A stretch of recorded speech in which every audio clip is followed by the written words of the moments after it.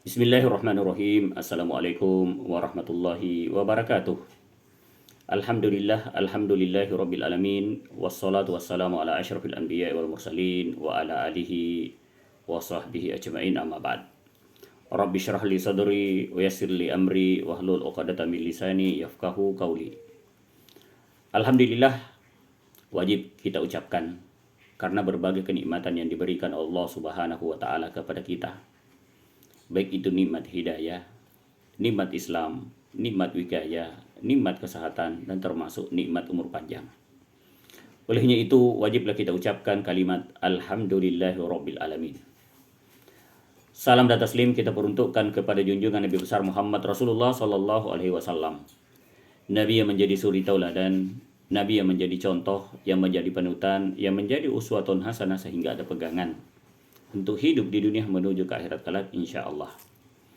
Pada kesempatan ini izinkan saya untuk menyampaikan sejarah pendirian YAPISTA, Yayasan Pendidikan Ibnu Sina, yang merupakan bagian dari mata pembelajaran kita atau mata kuliah kita, sejarah pendidikan Ibnu Sina. Ibnu Sina atau YAPISTA, Yayasan Pendidikan Ibnu Sina, didirikan oleh orang tua kita,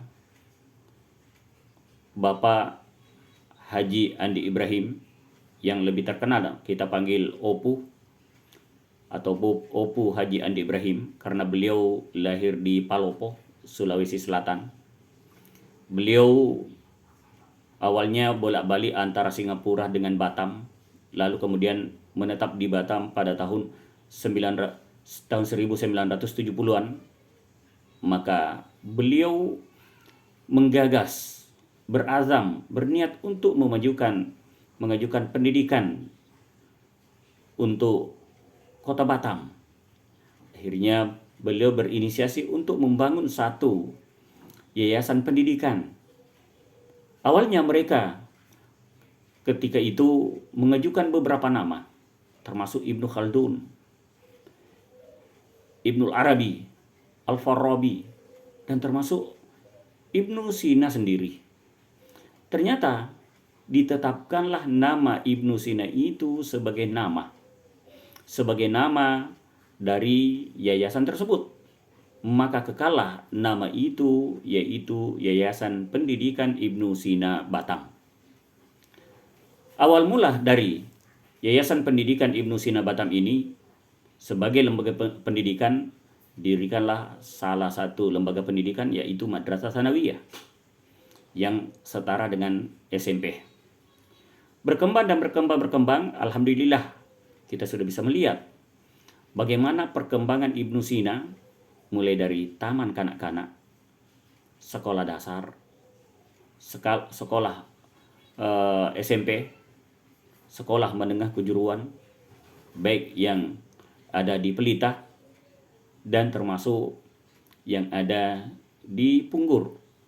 Lalu kemudian berkembang ke perguruan tinggi, yaitu Sekolah Tinggi Ilmu Ekonomi. Lalu kemudian didirikan Sekolah Tinggi Agama Islam. Lalu kemudian didirikan Sekolah Tinggi Teknik, dan juga dibangun Sekolah Tinggi Ilmu Kesehatan atau STIKES.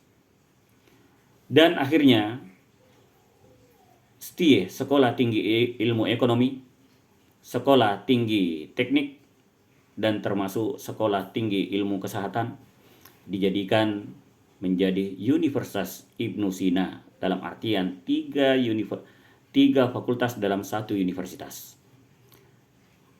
STIE Ibnu Sina Batam masih independen karena masih boleh dikata ini kementeriannya yang berbeda, dan sampai sekarang masih independen. Maka di bawah naungan Yayasan Pendidikan Ibnu Sina Batam masih ada Sekolah Tinggi Agama Islam dan juga Universitas Ibnu Sina. Nah, sedikit tentang pembelajaran kita mata kuliah sejarah pendidikan Ibnu Sina, bahwa nama Ibnu Sina ini, kata Ibnu Sina merupakan nama dari kakeknya. Karena biasanya orang-orang Arab dan sekitarnya lebih masyhur nama dari kakeknya yang dimasyhurkan, yang terkenal. Contoh Imam Asy-Syafi'i misalnya. Nama beliau sangat terkenal dengan Imam Asy-Syafi'i, tapi nama beliau adalah Muhammad bin Idris Asy-Syafi'i, artinya mengambil nama kakeknya. Lalu kemudian Ibnu Sina itu adalah nama dari kakeknya yang bernasab ke sana. Tapi nama asli beliau yaitu Abu Ali Husain bin Abdullah bin Hasan bin Ali bin Sina. Bin Sina. Jadi nama asli beliau adalah Abu Ali Husain bin Abdullah. Lalu kemudian sampai ke nasabnya Ibnu Sina, dan inilah yang paling terkenal, yaitu dengan nama Ibnu Sina yang artinya nasab dari kakeknya Ibnu Sina. Jadi nama aslinya adalah Abu Ali Husain bin Abdullah. Beliau lahir di salah satu tempat namanya Al-Afshanah, yang mana Afshanah ini masuk wilayah Uzbekistan. Kalau sering kita dengar ada namanya Uzbekistan, Turkmenistan, Tajikistan, wilayah sana, yaitu boleh dikata kawasan ini adalah kawasan Bukhara. Yang mana Bukhara ini termasuk negeri, termasuk kota kelahiran ulama. Kalau pernah kita dengar Imam Bukhari, yaitu penulis kitab Sahih Bukhari. Imam Bukhari lahir di Bukhara, tempat di mana Ibnu Sina dilahirkan. Ibnu Sina lahir di sana, di Al-Afshanah pada tahun 370 Hijriah pada bulan Safar, bersampaian dengan pada tahun 980 Miladiah.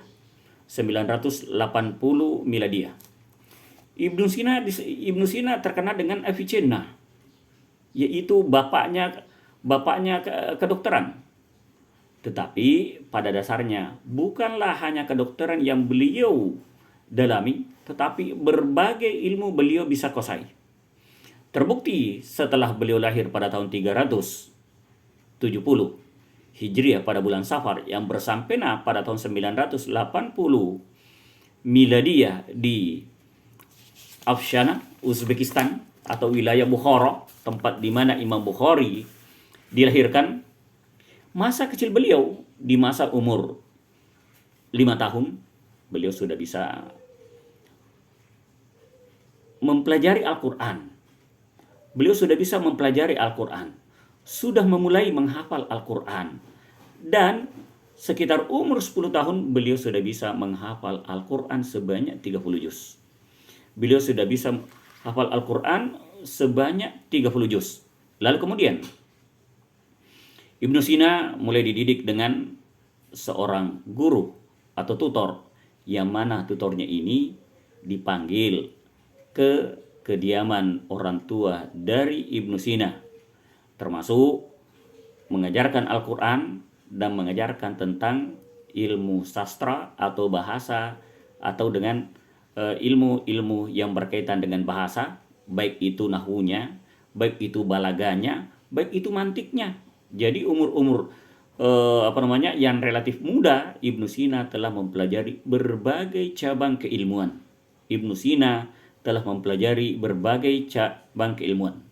Ini sampai umur 10 tahun. Nah, selanjutnya ketika beliau berumur 16 tahun, tidak hanya belajar tentang keagamaan, tetapi beliau mempelajari tentang ilmu kedokteran. Dan tidak hanya mempelajari ilmu kedokteran, pada umur 16 tahun itu, bahkan beliau sudah mendapatkan satu metode perawatan yang baru yang ia dapatkan. Lalu timbul pertanyaan, bagaimana caranya ia mendapatkan daripada ilmu kedokteran itu? Ternyata beliau mendapatkan ilmu kedokteran itu lebih banyak beliau dapatkan dari konsep eksperimen. Sekali lagi, ilmu kedokteran itu, metode-metode baru yang didapatkan oleh Ibnu Sina lebih banyak didapatkan dari konsep atau melalui eksperimen. Lalu kemudian sudah mempelajari ilmu kedokteran, juga mendalami dengan ilmu mantik, ilmu logika, mendalami ilmu filsafat. Jadi ilmu filsafat beliau dalami hampir semua macam-macam keilmuan itu beliau mempelajarinya. Hanya saja yang selama ini kita kenal dengan sebutan Avicenna, yaitu merupakan penyematan nama atau pemberian nama dari orang-orang Barat, dari orang-orang Eropa. Kenapa? Saking berkembangnya keilmuan ilmu kedokteran itu disebutlah Ibnu Sina dengan nama Avicenna, yaitu bapaknya kedokteran. Sehingga suatu masa raja sakit.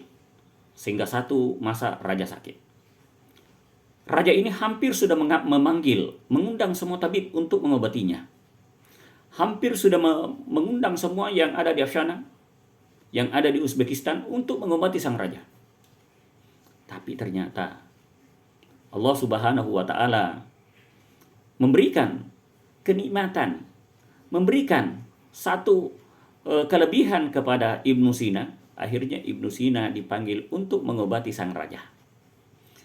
Apa yang dilakukan?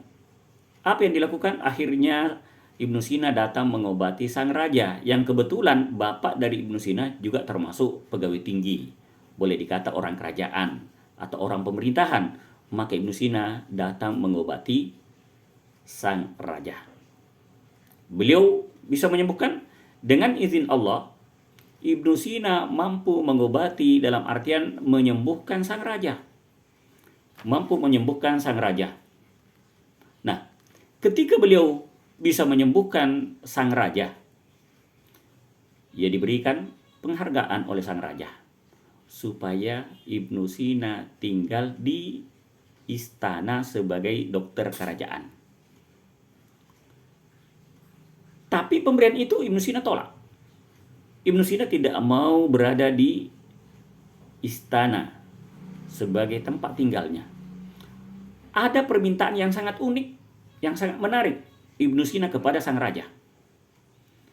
Ia menolak untuk tinggal di kerajaan, di istana, tetapi permintaan dari Ibnu Sina, beliau meminta supaya diizinkan untuk menjelajah, untuk membuka, untuk menggunakan perpustakaan kerajaan.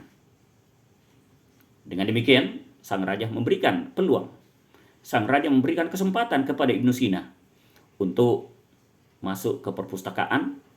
Maka ilmu-ilmu yang ada di dalam perpustakaan itu, literatur yang ada dalam perpustakaan itu, buku-buku yang ada dalam perpustakaan itu, Ibnu Sina dengan mudah, Ibnu Sina dengan keleluasaannya, dengan kepunyaan waktunya, dengan kecerdasannya, Ibnu Sina bisa membaca semua buku-buku yang ada di perpustakaan, berbagai jenis keilmuan yang ada di dalam perpustakaan kerajaan itu. Karena Ibnu Sina dari sejak kecil beliau lahir sudah menampakkan kecerdasan yang dimiliki oleh Ibnu Sina. Maka perpustakaan itu atau perpustakaan kesultanan pada usia 21 tahun beliau sudah boleh dikata sudah menyelesaikan membaca buku-buku yang ada di dalam perpustakaan itu. Setelah wafatnya ayah beliau meninggalkan Bukhara dan pergi ke Gurganj. Artinya beliau merantau untuk mencari ilmu. Dan beliau masa kecil juga belajar, beliau masa pendidikan dan lain sebagainya. Di masa kecilnya sangat rajin menuntut ilmu. Maka pantaslah kita sangat mengagumi kesungguhan Ibnu Sina dalam mencintai dan mendalami ilmu pengetahuan hingga dia kurang tertarik kepada wanita maupun kesenangan hidup lainnya. Dapat dikatakan kita tidak pernah menemui filosof jenius seperti beliau di dunia ini. Maka kita bisa melihat aspek-aspek keilmuan yang beliau dalami, baik itu ilmu-ilmu agama, yang mana kita semua tahu bahwa ketika beliau lahir baru 5 tahun beliau sudah mempelajari Al-Quran, 10 tahun beliau sudah bisa mengkhatamkan Al-Quran, lalu kemudian mempelajari ilmu yang lainnya, aspek-aspek keilmuan yang lainnya, termasuk ilmu mantik, ilmu filsafat, ilmu balaga, dan lain sebagainya. Artinya Ibnu Sina begitu mendalam ilmunya, termasuk ilmu fikihnya. Ilmu filsafatnya juga sangat mendalam. Beliau mengkaji ilmu-ilmu filsafat, beliau mengkaji ilmu-ilmu mantik, dan termasuk ilmu-ilmu politik, ilmu-ilmu strategi beliau dalami, ilmu kedokteran apalagi. Olehnya itu beliau diberi nama dengan gelaran Avicenna, dan gelarannya tidak tanggung-tanggung, tidak main-main, karena itu gelaran dari orang orang Barat memberikan nama Avicenna, artinya bapak dari kedokteran. Lalu kemudian beliau wafat pada hari Jumat pada bulan suci Ramadan tahun 428 Hijriah. 428 Hijriah bersampaian dengan 1037 Masehi. Usianya hanya 58 tahun.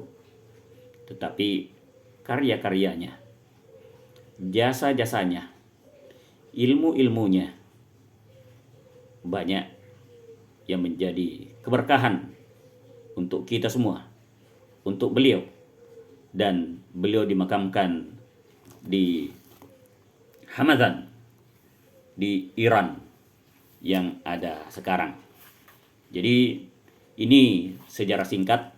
Yang pertama, pendirian Yayasan Pendidikan Ibnu Sina Batam yang didirikan oleh Bapak Opu Haji Andi Ibrahim, bisa untuk mendalami bagaimana sejarah daripada Yayasan Pendidikan Ibnu Sina Batam, bisa membaca biografi dengan judul buku dengan judul Haji Andi Ibrahim, peranannya di Batam, yang ditulis oleh saya sendiri, Bapak Muhammad Juni Bedu.